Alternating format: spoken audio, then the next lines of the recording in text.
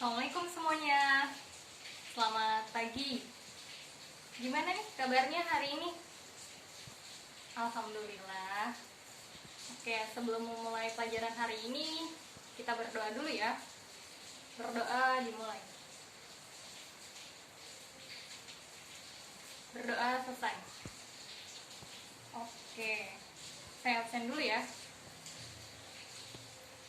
Anissa, Ajeng, Bagas, Chandra, Jerome,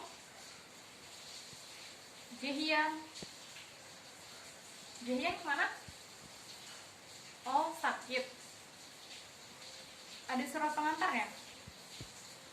Oke, nanti taruh di meja saya ya. Ya, sekalian kasih tahu wali kelasnya juga ya. Salsa. Oke, baik. Hari ini kita akan membahas mengenai pencemaran lingkungan. Ada yang tahu pencemaran lingkungan itu apa? Ada yang mau berpendapat? Oke, Salsa. Ya, silakan. Iya, betul sekali, Salsa. Jadi pencemaran lingkungan ini merupakan masuknya suatu zat, energi, unsur, atau komponen lain ke dalam lingkungan yang mengakibatkan ketidakseimbangan lingkungan. Nah, biasanya di pencemaran lingkungan tuh ada kata-kata polutan. Nah, polutan ini merupakan penyebab terjadinya pencemaran lingkungan. Terus bagaimana nih Bu, kita tahu lingkungan tersebut udah tercemar? Jadi ada indikator nih, indikator lingkungan tersebut sudah tercemar. Biasanya itu kadar polutannya itu tinggi, melebihi ambang batas. Nah, dari kadar polutan yang tinggi itu mengakibatkan makhluk hidupnya menjadi terganggu, lalu daya dukung lingkungannya menurun. Nah, pencemaran lingkungan itu ada yang berdasarkan sifatnya, yaitu ada pencemaran kimia. Nah, pencemaran kimia ini ada zat organik dan zat anorganik. Lalu pencemaran fisika, nah itu ada zat apa aja nih, yang ada yang tahu gak? Iya, pencemaran fisika itu zatnya ada 3. Ada padat, contohnya apa? Sampah, betul.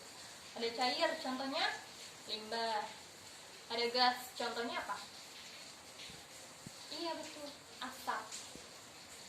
Lalu kalau pencemaran biologinya? Iya, ini biasanya berasal dari mikroorganisme. Contohnya virus, lalu bakteri, protista. Lalu ada pencemaran lingkungan berdasarkan tempat terjadinya. Yang pertama, pencemaran air.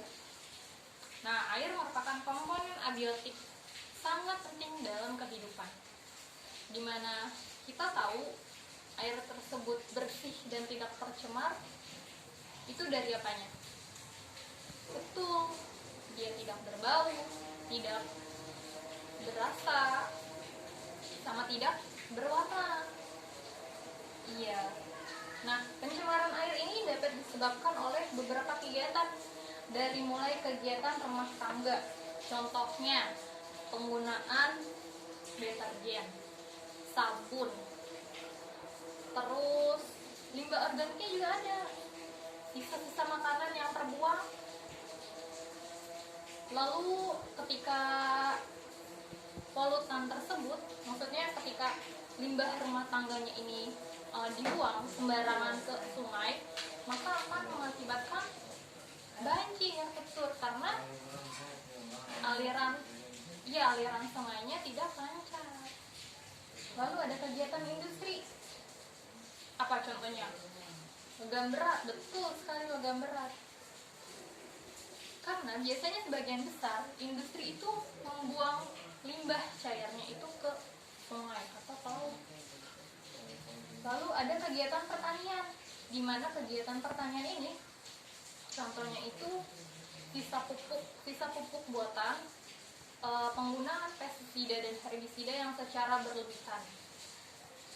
ketika si pupuknya tersebut mengalir ke aliran sungai, terus maka akan mengakibatkan blooming alga, dan tanaman air, contohnya seperti eceng gondok, itu akan mengalami pertumbuhan yang cepat karena adanya penimbunan pupuk di perairan. Lalu kegiatan pertambangan contohnya apa? Iya betul, tumpahan minyak lepas dan tumpahan minyak yang berasal dari kapal tanker. Jadi tumpahan minyaknya itu akan mengakibatkan penetrasi. Jadi cahaya matahari yang menyinari lautannya itu kan di lautan ada tumbuhan nih. Tumbuhan kan melakukan fotosintesis, karena adanya minyak maka terhalanglah sinar matahari ke tumbuhan laut tersebut. Lalu ada pencemaran udara. Nah, pencemaran udara ini dapat berupa gas. Gas apa aja yuk? Iya betul, karbon monoksida dan karbon dioksida. Nah, pencemaran udara juga dapat disebabkan oleh kegiatan rumah tangga. Tahu gak contohnya apa?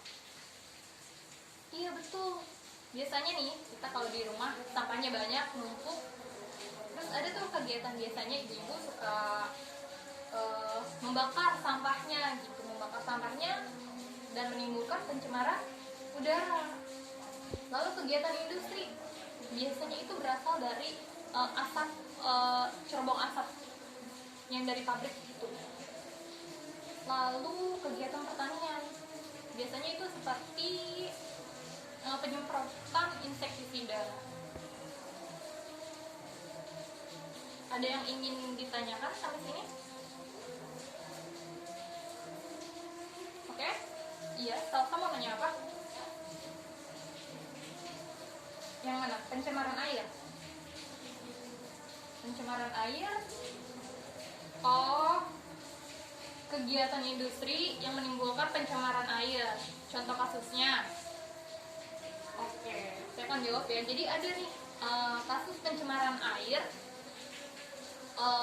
Lebih tepatnya sih pencemaran air raksa atau merkuri ya. Itu terjadi di Teluk Minamatanya Jepang. Di situ industrinya membuang limbah cairnya itu secara sembarangan ke teluk tersebut. Nah, mau nggak mau merkurinya itu masuk nih ke dalam si tubuh ikan kan.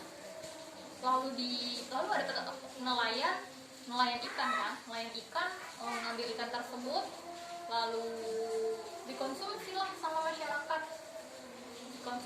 masyarakat, masuk nih ke dalam tubuh kita, ke dalam tubuh, yang nantinya akan menyebabkan menyerang sistem sarafnya, sehingga dapat menimbulkan kematian juga. Makanya dia disebutnya penyakit Minamata. Contoh kasus lainnya itu ada di Buyat. Nah, Buyat itu adanya di Minahasa. Nah, selanjutnya ada pencemaran tanah, di mana pencemaran tanah ini bisa berasal dari limbah rumah tangga. Limbah rumah tangga seperti sampah plastik yang sulit terurai, ada botol plastik, kaleng, karet sintetis, ada pecahan kaca juga termasuk. Nah, limbah tersebut ketika berada di tanah, maka bakteri atau mikroba tanahnya tersebut tidak dapat mengurai limbah tersebut. Akhirnya, karena bersifat racun, maka mikroba tanahnya ini dapat mengalami kematian. Lalu ada kegiatan pertanian yang dapat menimbulkan pencemaran tanah. Itu seperti penggunaan sisa pupuk buatan, lalu pestisida, lalu herbisida yang secara berlebihan, di mana nantinya sisa limbah atau residu tersebut dapat bertahan lama nih di dalam tanah. Nantinya akan mengganggu zat pengurai atau mikroba pengurai di dalam tanah, sehingga akan mengganggu kesuburan tanah. Lalu ada kegiatan pertambangan yang dapat mengakibatkan pencemaran tanah, seperti penambangan batu bara, kegiatan ini dapat menimbulkan pencemaran tanah karena menggunakan senyawa kimia yang digunakan untuk memisahkan emasnya tersebut, seperti merkuri. Lalu ada pencemaran suara, di mana pencemaran suara ini berasal dari kebisingan-kebisingan yang dimana memiliki intensitas di atas 50 desibel. Nah, sumbernya apa aja nih? Ada dari kendaraan motor, ada dari pesawat terbang, ada dari radio tape yang dinyalakan dengan volume yang cukup tinggi. Nantinya akan mengakibatkan kerusakan pada indera pendengaran. Dari materi ini ada yang ingin ditanyakan lagi? Ya, baik. Kalau gitu, karena ini bab terakhir, selamat untuk persiapan UASnya. Jangan lupa belajar. Terus ada yang mau ngambil kesimpulan kan nih dari pencemaran lingkungan ini? Atau kita sebagai makhluk hidup ya, salah satu makhluk hidup yang ada di bumi, sudah sewajibnya menjaga lingkungan, lakukan hal kecil deh, misalkan dengan tidak membuang sampah sembarangan, lalu memakai produk yang seperti membawa tumbler, terus bawa tas setiap ingin berpergian belanja, lalu naik transportasi umum. Memang tidak terlalu signifikan pengaruhnya, tapi setidaknya kita sudah membantu untuk menyelamatkan lingkungan dengan tidak berkontribusi memberikan polutan untuk lingkungan tersebut. Jadi cukup sekian untuk pertemuan pada hari ini. Oke, segitu aja. Sampai bertemu di pertemuan selanjutnya. Terima kasih.